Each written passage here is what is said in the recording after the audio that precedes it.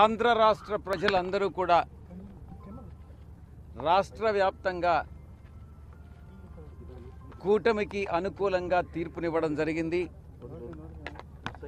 ఎవరైనా కూడా ప్రజాస్వామ్యంలో ప్రజల తీర్పును శిరసావహించాల్సిందేనన్నటువంటి విషయం అందరికీ కూడా తెలిసిందే. అది రాజ్యాంగబద్ధం కూడా. ఈ యొక్క వైఎస్ఆర్సీపీ మేము ఎదుర్కొన్నటువంటి ఈ యొక్క ఓటమికి కారణాలని సమీక్షించుకోవాల్సి ఉంది.